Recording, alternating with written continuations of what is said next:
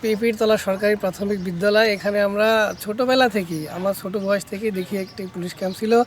তো তৎকালীন সময়ে পুলিশ ক্যাম্প থাকার কারণে আমাদের গ্রামে যে মারামারি, ফ্যাসাদ, এরপর বিশেষ করে মাদক, মারামারি আমাদের গ্রামে খুব একটা হয় না, কিন্তু মাদকের যে ব্যাপারটা প্রচুর পরিমাণে বর্তমান সময়ে, এমনকি আমাদের এলাকার ছেলেরাও এখন এই যে গাঁজা, ইয়াবা, ট্যাবলেট এই সেবন এগুলো গ্রহণ করে থাকে। আর যেহেতু আমাদের এটা সীমান্তবর্তী এলাকা, তাই এগুলোর ব্যবসা প্রচুর পরিমাণে এখন বেড়ে গেছে।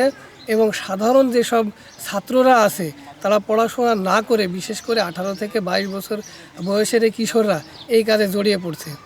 আমাদের এখানে ক্যাম্প যখন ছিল তখন আমরা দেখা যাচ্ছে বাড়িতে শান্তি শৃঙ্খলাভাবে ঘুমাতে পারতাম, কোনো আমাদের একটা টেনশন ছিল না ক্যাম্প যখন ছিল। কিন্তু ক্যাম্পটা উঠে যায়, এখন আমাদের সকল সময় ভয় দেখতে থাকা লাগে। ক্যাম্প ওঠা চলে যাওয়ার পর আমাদের বর্তমান অবস্থা খুব খারাপ।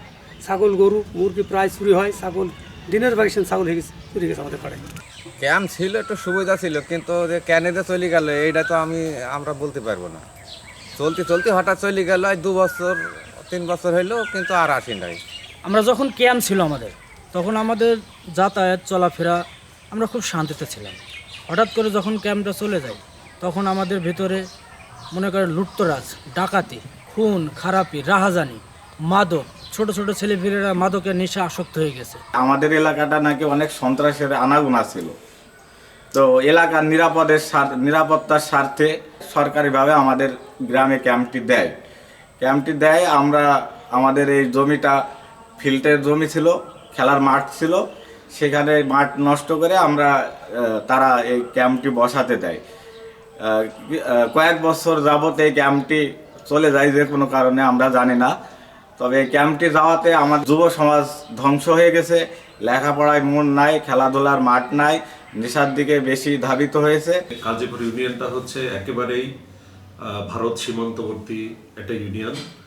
এই ইউনিয়নে প্রতিনিয়ত আমরা যেটা দেখি, মাদকের যে একটা বিস্তৃতি এই ইউনিয়নের একটা করিডোর দিয়ে, যেহেতু পার্শ্ববর্তী ধর্মদা, সেখানে কাঁটাতারের বেড়া নাই, মূলত সেখান থেকেই এবং কাজীপুর বর্ডার পাড়ার কিছু অংশ থেকে দুষ্কৃতিকারীরা প্রতিনিয়তই তারা এই যে মাদকের যে ব্যবসা, এই ব্যবসার রুটটা চালু রেখেছে।